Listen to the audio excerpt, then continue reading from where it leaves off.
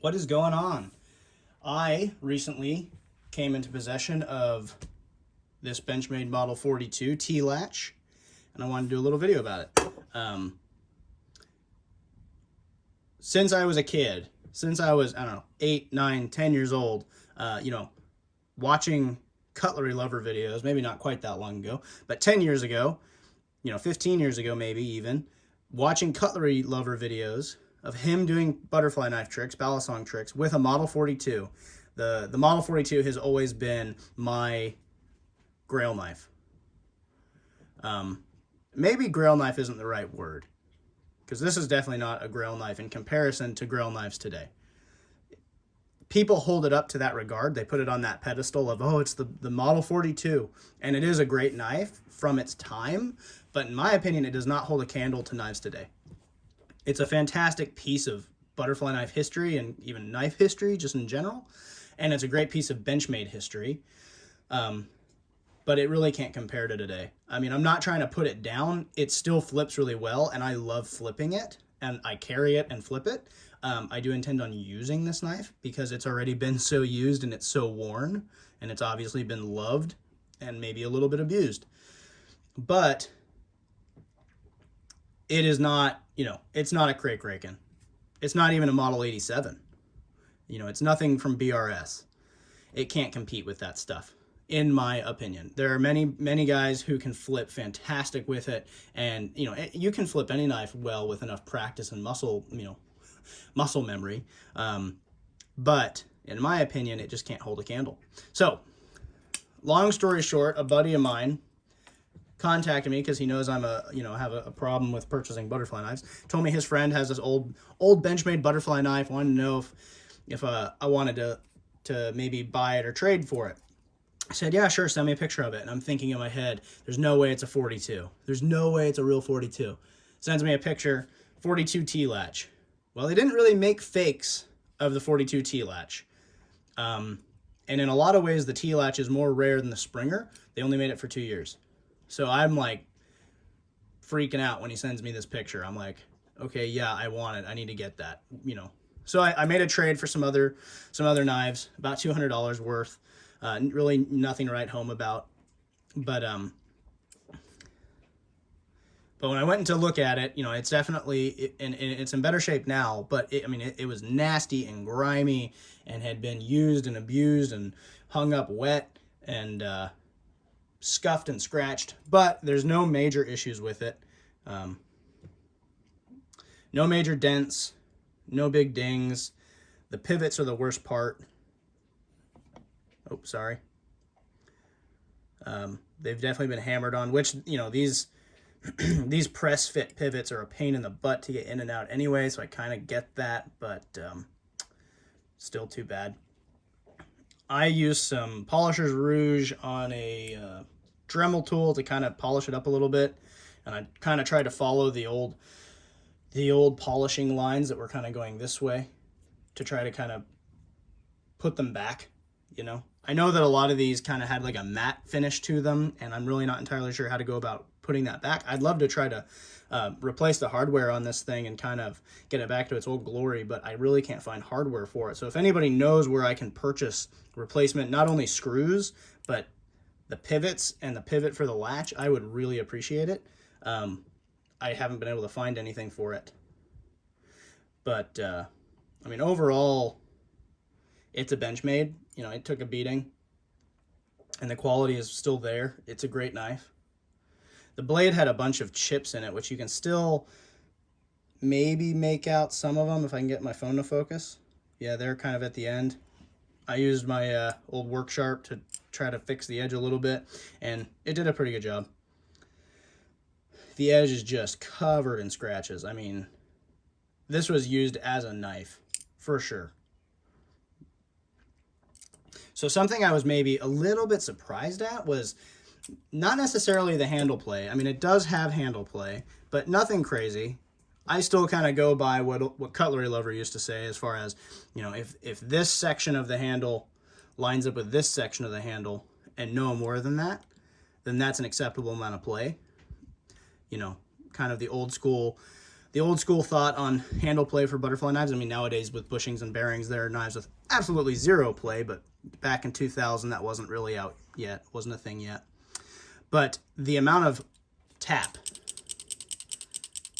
the noise itself does not irritate me, but just the idea that the blade is coming into contact with the handle as it flips, I don't know, it just makes me wince a little bit, so I tend not to flip it too much. It's crazy, after all of these years and all this abuse, the latch is still tight. You know, the latch still does its job very well. So I really don't have too much to say about it, mostly just a showcase of an old 42.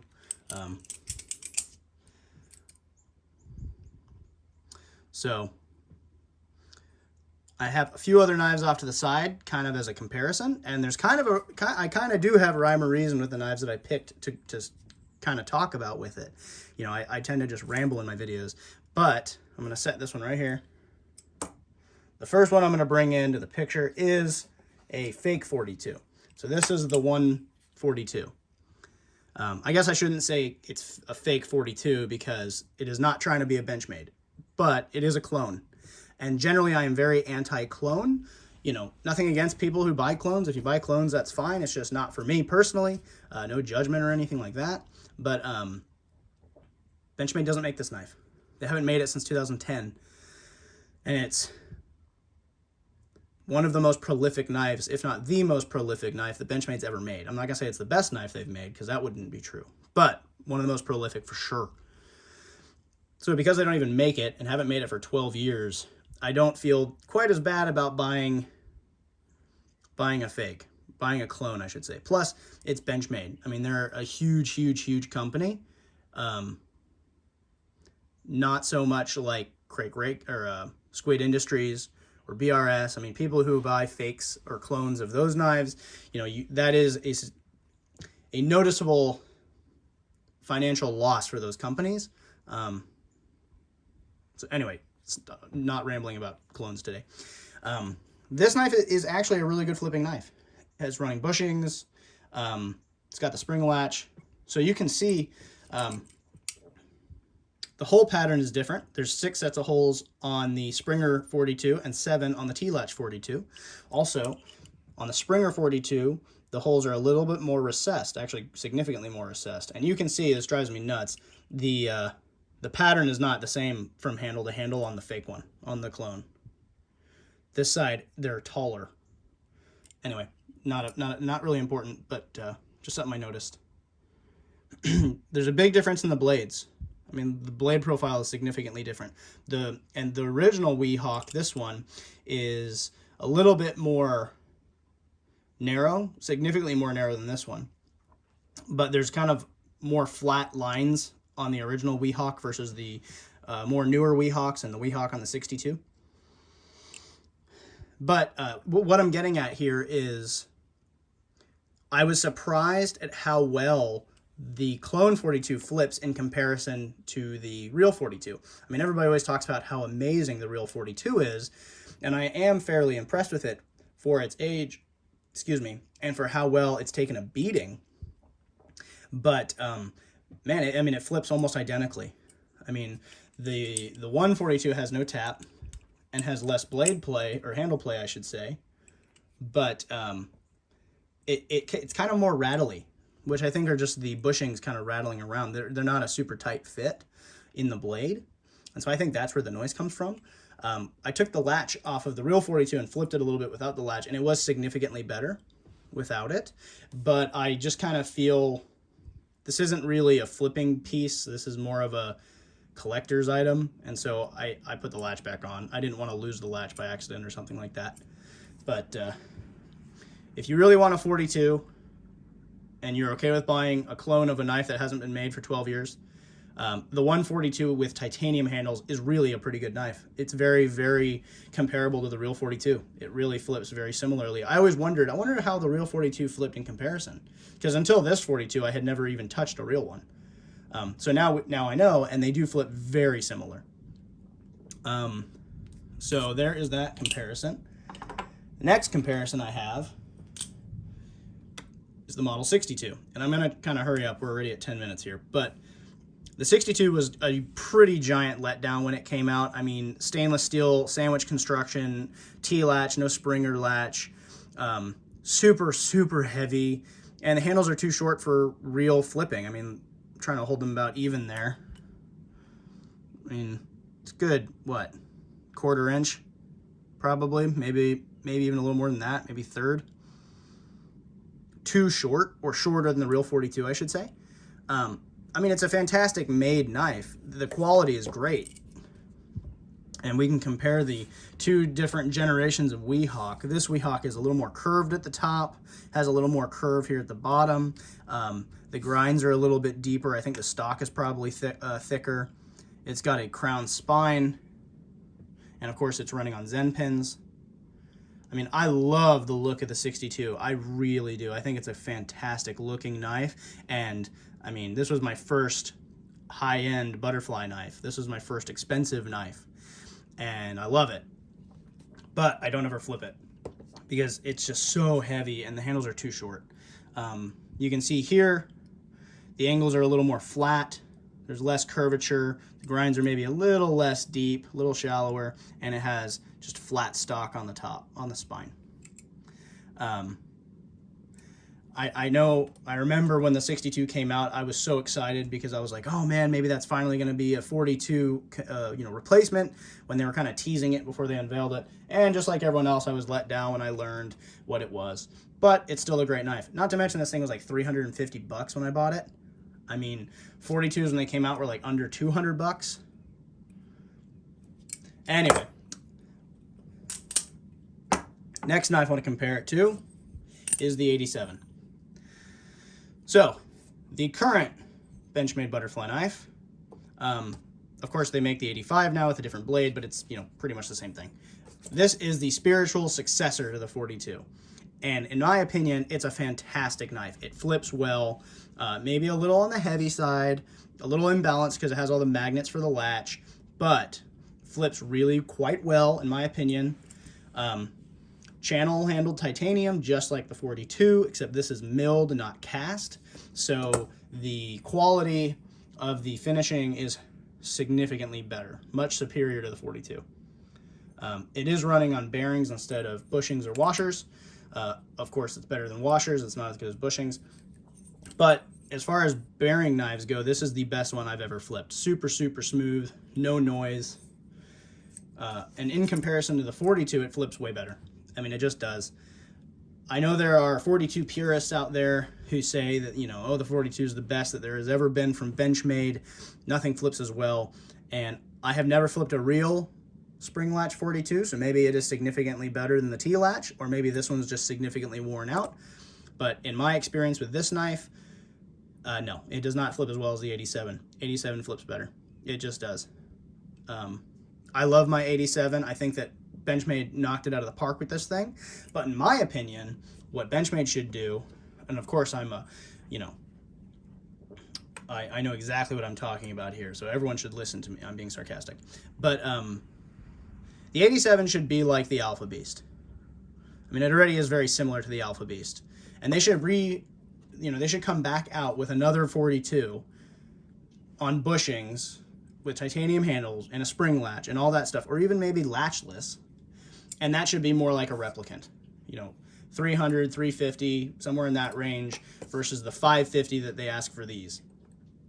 There really should be a couple tiers of butterfly knives for Benchmade. Butterfly knives are coming back. They're really coming back with a fury. I know in the early 2000s they were kind of big for Benchmade, and then they went away. But now, I mean, I feel like the hobby really grew during COVID. So I think that there should really be the 87 and then bring back the 42. Maybe not, you don't have to call it the 42, I guess, I don't know, but bring back the 42 or something very similar to the 42 in weight and form factor, and just slot it right underneath. That's in my opinion anyway. Okay, and last one I brought over here to compare is the Rake. Why did I bring over a Rake? They are nothing alike, right? Aluminum channel versus titanium channel, latchless versus latch, and of course they're separated by like 20 years. Well, the T-latch version anyway is separated by 20 years. The reason being is back in the day, the 42 was the flipper's knife. It was the butterfly knife. It was one of the only quality knives on the market, which is not the case anymore. But if you want a knife for flipping, the Squid Industries Crake Rake is pretty much the way to go, right? For the price, for under 300 bucks, there's very few knives that are even competitive with the Crake Rake, and it's pretty well regarded as like the best flipping knife for 300 bucks. Back in the day, this was pretty much that knife. These, I mean, in comparison today, I mean, the Crake Rake is significantly better. It really is. It flips better. You know, the tolerances are better. The fit and finish is better, but they are a very similar knife for their time. Sorry. So, I don't know. Out of this little collection here, let's see, bring the fake one out, put it on the end. Not fake one, clone. I think that out of all these, out of all these knives here, the 42 definitely still holds up, but I mean, it really, it's probably the second or third least flipping, you know. I think the 62 is the worst flipping out of this group, then this one. Man, I don't know. These two are super close. I think that the 42, real 42, probably still outflips the fake clone 42, I should say. But out of these, which one would you guys prefer to have? If you could take any of these here sitting here, which one would you take? If you had to only have one out of this little piece here. Anyway, if you have any questions about any of these knives, let me know. I have a few other butterfly knives not sitting here that I intend on doing videos with, and even doing some reviews of some of these knives. But any questions or comments at all, leave them down below. Thanks.